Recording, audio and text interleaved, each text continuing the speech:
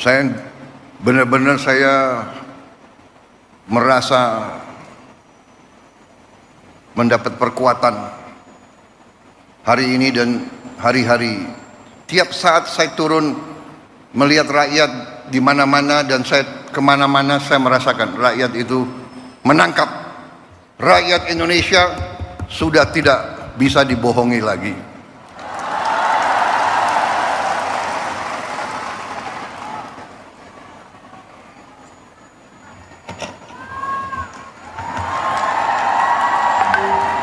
Saya melakukan penghematan. Saya ingin pengeluaran-pengeluaran yang tidak perlu, pengeluaran-pengeluaran yang mubazir, pengeluaran-pengeluaran yang alasan untuk nyolong, saya ingin dihentikan, dibersihkan.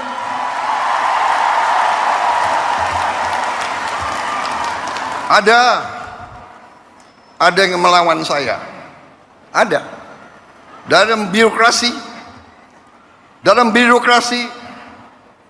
merasa sudah kebal hukum, merasa sudah menjadi raja kecil.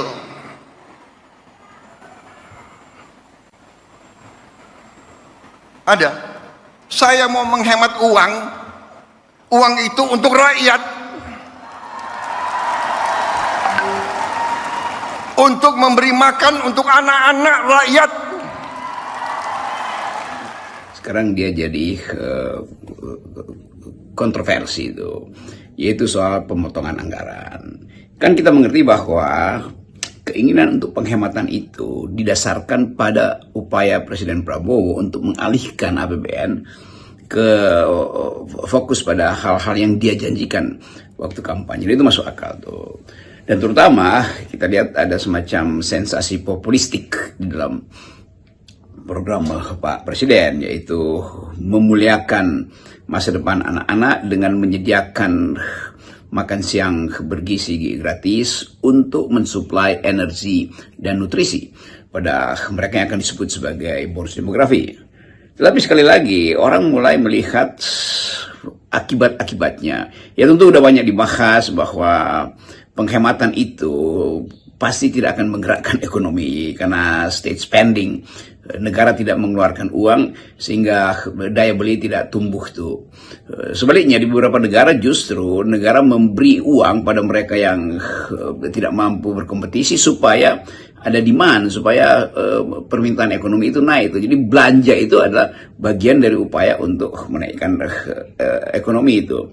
Nah di kita kontroversi itu mulai terjadi, terutama karena teriakan dari sektor masyarakat UMKM atau jaringan usaha yang biasanya dapat orderan negara tuh. Nah kalau negara menghentikan orderannya, itu artinya yang dibawa itu kelepek-kelepek, jaringan transportasi, jaringan pariwisata, hotel, macam-macam lah. Nah ini yang kemudian jadi kelihatannya akan jadi pertimbangan baru untuk mengevaluasi lagi rencana atau usulan yang sudah dipastikan oleh Sri Mulyani supaya semua melapor ke Kementerian Keuangan tanggal 14 apa aja yang sudah dihemat, dan penghematan itu berbasis pada perintah Presiden. Jadi kelihatannya soal upaya untuk penghematan itu hanya didasarkan pada perintah Presiden, padahal Presiden tentu menginginkan ada penghematan, tetapi impact ekonominya atau beban ekonomi dari penghematan itu justru jatuh pada emak-emak yang dapurnya nggak bisa ngepul lagi karena kegiatan UMKM misalnya yang biasa mereka terima akibat adanya kunjungan pusat itu tidak lagi seperti yang mereka bayangkan. Jadi kelihatannya Sri Mulyani hanya mengeksekusi sesuatu yang jadi perintah tanpa mempertimbangkan evaluasi itu dalam kondisi sebut aja keresahan publik sebetulnya tuh.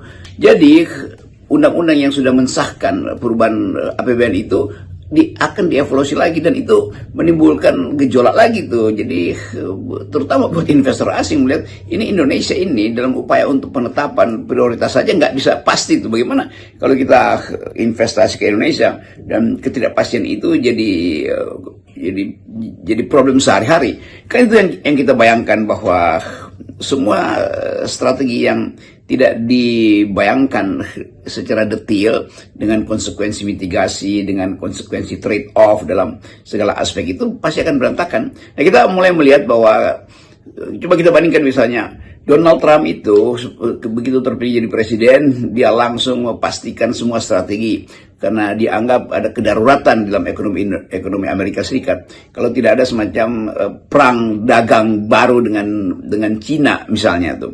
Tetapi tentu Trump sudah menghitung bahwa ada konsekuensi kalau dia buka perang tarif dengan Cina atau mulai menekan Eropa, berarti ada konsekuensi dalam negeri. Maka dia siapkan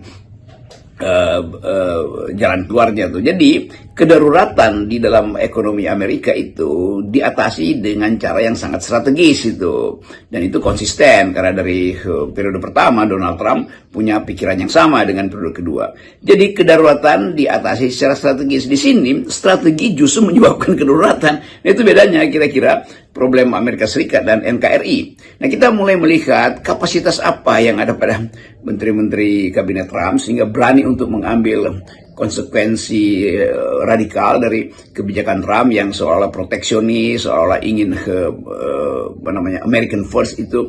Nah, kalau kita di sini kita mau bayangkan bahwa seharusnya kabinet ini sudah punya semacam rencana komprehensif kan, karena ada tujuh Menko di situ tuh, dan mestinya apa yang diucapkan oleh Presiden Prabowo itu sudah jadi ketetapan dan tidak mungkin ada dampak negatifnya.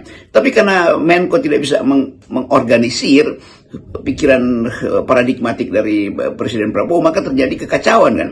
Bupati-bupati mulai sedikit mbalelo yang disebut oleh Pak Prabowo sebagai raja-raja kecil. Saya kira itu yang dimaksud.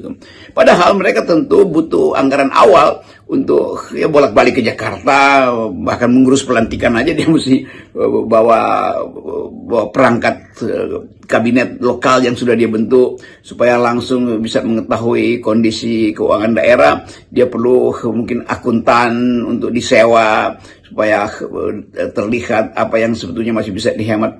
Jadi kelihatannya tidak ada persiapan untuk membayangkan bahwa penghematan itu jadi problem besar karena dia akan sampai ke tingkat ke unit yang paling kecil.